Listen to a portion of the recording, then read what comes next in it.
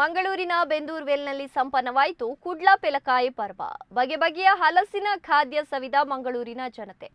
2 ದಿನಗಳ ಕಾಲ ನಡೆದ ಪೆಲಕಾಯಿ ಪರ್ವದ ಸಂಪೂರ್ಣ ವರದಿ ಇಲ್ಲಿದೆ.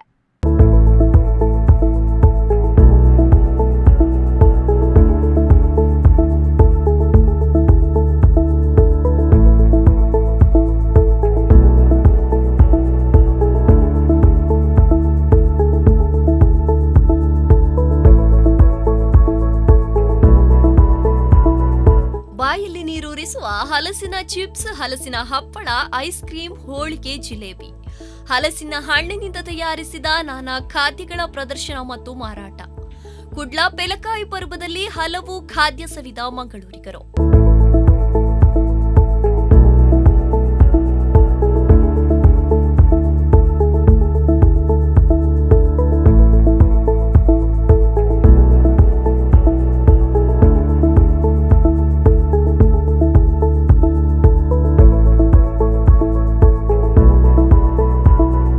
ಹನಿಜೆನಿಕ್ಸ್ ಬಿ ಫಾರ್ಮ್ ಮತ್ತು ರೋಟರಿ ಇಂಟರ್ನ್ಯಾಷನಲ್ ಮಂಗಳೂರು ವತಿಯಿಂದ ಬೆಂದೂರುವೆಲ್ನ ಸೇಂಟ್ ಸೆಬಾಸ್ಟಿಯನ್ ಸಭಾಂಗಣದಲ್ಲಿ ಕುಡ್ಲ ಪೆಲಕಾಯಿ ಪರ್ವ 2 ದಿನಗಳ ಕಾಲ ಬಹಳ ವಿಜೃಂಭಣೆಯಿಂದ ನಡೆಯಿತು.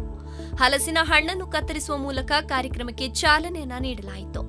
ಈ ಸಂದರ್ಭ ಹಲಸಿನ ಹಣ್ಣಿನ ವಿಶೇಷತೆಯ ಬಗ್ಗೆ ಎಂಎಲ್ಸಿ ಐವನ್ ಡಿಸೋಜಾ ಮಾತನಾಡಿದರು. ಒಂದು ಹಲಸಿನ ಹಣ್ಣಿನ ಮರದ ಕೆಳಗಡೆ ಒಂದು ಹಲಸು ಬಿದ್ದರೆ ಅಲ್ಲಿ ಒಂದು 25 ಗಿಡಗಳು ಬೆಳೆಯುವುದು ಮತ್ತು ಇದು ಕಾಡಿನಲ್ಲಿ ಬೆಳೆಯತಕ್ಕಂಥದ್ದು ಆಗ್ತಿತ್ತು. ಆದರೆ ಇವತ್ತು ಇದಕ್ಕೆ ಆಧುನೀಕರಣಗೊಂಡಿದೆ. ಇದರಲ್ಲಿ ಭಾಳ ರಿಸರ್ಚ್ ಆಗಿ ಸಂಶೋಧನೆ ಆಗಿ ಈಗ ಹಲಸು ಅಂದಾಗ ಇವರು ನನ್ನ ಮಿತ್ರರು ಹೇಳ್ತಾ ಇದ್ರು ಚನ್ನರಾಯಪಟ್ಟಣದಿಂದ, ಇನ್ನು ಮುಂದೆ ಹೋದರೆ ಥೈಲ್ಯಾಂಡ್ ಇರ್ಬೋದು, ಇನ್ನು ಮುಂದೆ ಹೋದರೆ ಇನ್ನೊಂದು ಯಾವುದೋ ಊರಿನ ಹೆಸರು ಹೇಳಿ ಹಲಸಿನ ಹಣ್ಣನ್ನು ಬೆಳೆಸ್ತಾರೆ. ಮಾವು ಕೂಡ ಅದೇ ರೀತಿ ಬೆಳೀತಾ ಇದೆ. ಹಿಂದೆ ಹಲಸಿನ ಹಣ್ಣುಗಳ ಮೇಳಗಳು ಮಾಡ್ತಿದ್ರು. ನಾವು ಚಿಕ್ಕ ಇರಬೇಕಾದ್ರೆ ಯಾವ ಸಂತೆಗೆ ಹೋದರೂ ಊರಿನಲ್ಲಿ ಇರ್ತಕ್ಕಂಥ ಗ್ರಾಮದಲ್ಲಿರುವಂಥ ಸಂತೆಯಲ್ಲಿ ಹಲಸು ಭಾಳ ದೊಡ್ಡ ದೊಡ್ಡ ರಾಶಿಯಾಗಿ ಮಾರಾಟ ಮಾಡ್ತಾಯಿದ್ರು, ನಮಗೆ ಸಿಗ್ತಾಯಿತ್ತು. ಆದರೆ ಇವತ್ತು ಅದು ಎಲ್ಲೇ ಒಂದು ಕಡೆ ಅದಕ್ಕೆ ಹಲಸಿನ ಹಣ್ಣು ಗ್ರಾಮಾಂತರ ಭಾಗದಿಂದ ತಿನ್ನುವಂಥ ಜನರ ಸಂಖ್ಯೆ ಕಡಿಮೆ ಆಗಿದೆ. ಈಗ ಈ ಹಲಸಿನ ಹಣ್ಣು ಎಲ್ಲಿ ಸಿಗ್ತದೆ ಕೇಳಿದರೆ 5 ಸ್ಟಾರ್ ಹೋಟೆಲ್ನಲ್ಲಿ ಸಿಗ್ತದೆ. ಈಗ ಈ ಹಲಸಿನ ಹಣ್ಣಿನ ಖಾದ್ಯಗಳು ಅಲ್ಲಿ ಪೆಲಕಾಯಿನ ಗಟ್ಟಿ ಮತ್ತು ಇನ್ನೊಂದು ಏನು ಮಾಡ್ತಾರೆ, ಅದು ನೀರಿನಲ್ಲಿ ಬಿಟ್ಟು ಎಣ್ಣೆಯಲ್ಲಿ ಬಿಟ್ಟು ಮಾಡ್ತಾರಲ್ಲ, ಚಿಪ್ಸ್ ಇರ್ಬೋದು ಅಥವಾ ಬೇರೆ ಬೇರೆ ಪದಾರ್ಥಗಳು, ಗರಿಕೆ, ಇದೆಲ್ಲ ಪದಾರ್ಥಗಳು ಹಿಂದೆ ಎಲ್ಲಿ ಹೋದರೂ ಯಾವ ಗ್ರಾಮಾಂತರ ಹೋಟೆಲಲ್ಲಿ ಸಿಗ್ತಾ ಇದೆ. ಆದರೆ ಇವತ್ತು ಪೆಲಕಾಯಿನ ಗಟ್ಟಿ ಕೇಳಿದರೆ ಅಮೂಲ್ಯ ತಿನ್ಬಿಟ್ಟಿದ್ದಾರೆ ಅಂತ ಹೇಳಿ. ಈಗ ನಾವು 5 ಸ್ಟಾರ್ ಹೋಟೆಲಿಗೆ ಹೋದರೆ ₹3 ಜೊತೆಗೆ 1,000 ಕೊಟ್ಟು ಅದಕ್ಕೊಂದು ಒಳ್ಳೆಯ ಕಲ್ಲರಾದ ಫೋಟೋ ಇಟ್ಟು ಇದು ಭಾಳ ಒಳ್ಳೆಯದು ಅಂತ, ಅಂದರೆ ಆರ್ಗ್ಯಾನಿಕ್ ಇರ್ತದೆ, ಆಹಾರ ರುಚಿಕರವಾದಂಥ ಆಹಾರನೇ ಮತ್ತು ಯಾವುದೇ ಸೈಡ್ ಇಫೆಕ್ಟ್ ಇರೋದಿಲ್ಲ. ಇದರಲ್ಲಿ ಇದು ಒಂದು ರಾಸಾಯನಿಕ ಯಾವುದೇ ಗೊಬ್ಬರವನ್ನು ಯೂಸ್ ಮಾಡಿದೆ ಆರ್ಗ್ಯಾನಿಕ್ ಆಗಿ ಮಾಡ್ತಕ್ಕಂಥ ಮಾವಿನ ಇರ್ಬೋದು ಅಥವಾ ಹಲಸು ಇರ್ಬೋದು ಅಥವಾ ಬೇರೆ ಪದಾರ್ಥ. ಇವತ್ತು ಹಲಸಿಗೆ ಒಳ್ಳೆಯ ಡಿಮ್ಯಾಂಡ್ ಬಂದಿದೆ. ನನಗೆ ಇಲ್ಲಿ ಬಂದ ಮೇಲೆ ಭಾಳಷ್ಟು ಖುಷಿಯಾಯಿತು. ಇಷ್ಟು ದೊಡ್ಡ ಮಳಿಗೆಯನ್ನು ಮಾಡಿ ವಿವಿಧ ರೀತಿಯ ಹಲಸಿನ ಹಣ್ಣಿನ ಮೂಲಕ ಮಾಡುವಂಥ ಬೇರೆ ಬೇರೆ ಹಪ್ಪಳ ಇರ್ಬೋದು ಅಥವಾ ಬೇರೆ ಬೇರೆ ಖಾದ್ಯಗಳಿರ್ಬೋದು, ಇದನ್ನು ಮಾಡಿಕೊಡುವಂಥದ್ದಕ್ಕೆ ಮತ್ತು ಜನರಿಗೆ ಇದನ್ನು ಪರಿಚಯಿಸಿದ್ದಕ್ಕಾಗಿ ನಾನು ನಿಮಗೆ ಅಭಿನಂದನೆ ಸಲ್ಲಿಸ್ತೇನೆ. ಹಲಸಿನ ಹಣ್ಣಿನ ಮೇಳ ಹಲವು ವಿಶೇಷಗಳಿಂದ ಕೂಡಿತ್ತು. ಹಲಸಿನಿಂದ ತಯಾರಿಸಿದ ಚಿಪ್ಸ್, ಹಪ್ಪಳ, ಐಸ್ ಕ್ರೀಮ್, ಹೋಳಿಗೆ, ಜಿಲೇಬಿ ಜನರ ಗಮನವನ್ನ ಸೆಳೆಯಿತು. ಪೆಲಕಾಯಿ ಪರ್ವದಲ್ಲಿ ಹಲಸಿನ ಉತ್ಪನ್ನಗಳು ಮಾತ್ರವಲ್ಲದೆ ನರ್ಸರಿ ಗಿಡಗಳು ಕೂಡ ರಾರಾಜಿಸ್ತಾ ಇದ್ವು. ಸ್ಥಳೀಯ ಕೃಷಿ, ಆಹಾರ ಪರಂಪರೆ ಮತ್ತು ಉದ್ಯಮಶೀಲತೆಯನ್ನ ಉತ್ತೇಜಿಸಲು ಈ ಪೆಲಕಾಯಿ ಪರ್ವವನ್ನು ಆಯೋಜಿಸಲಾಗಿತ್ತು. ರಾಜ್ಯದ ವಿವಿಧ ಜಿಲ್ಲೆಗಳ ಕೃಷಿಕರು ಭಾಗವಹಿಸಿ ಪ್ರದರ್ಶನ ಮತ್ತು ಮಾರಾಟದಲ್ಲಿ ತೊಡಗಿಕೊಂಡರು.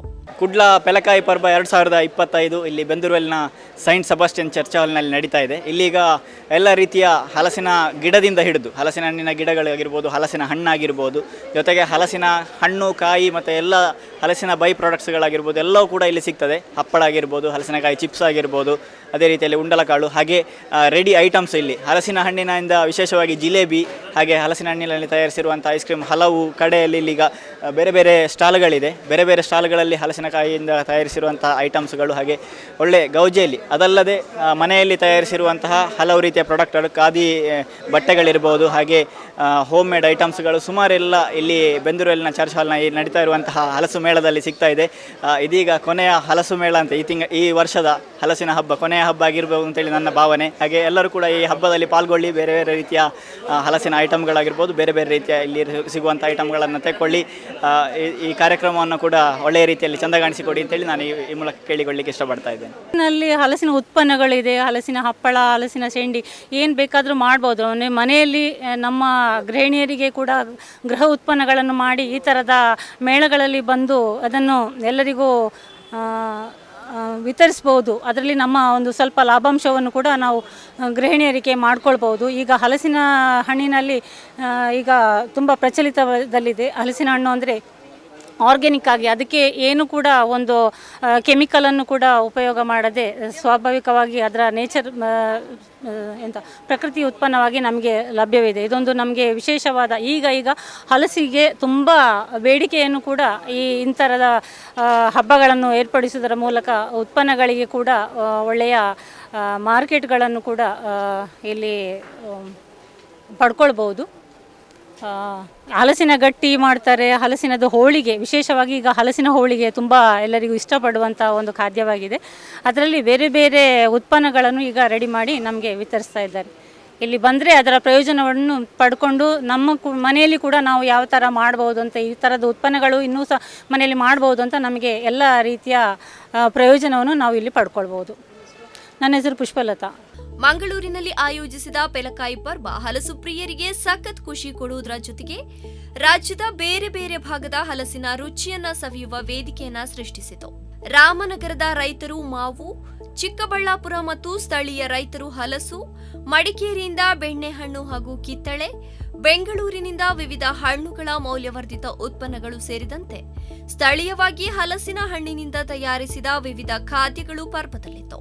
ಸ್ಥಳೀಯ ವ್ಯವಹಾರಗಳು ಮತ್ತು ಕುಶಲಕರ್ಮಿಗಳನ್ನ ಬೆಂಬಲಿಸುವುದರ ಜೊತೆಗೆ ಪೆಲಕಾಯಿ ಪರ್ವ ಬಹಳ ವಿಜೃಂಭಣೆಯಿಂದ ಸಂಪನ್ನಗೊಂಡಿತು. ಜೀವನ್ ಮಂಗಳೂರು, ದೈಚಿವಲ್ 24/7.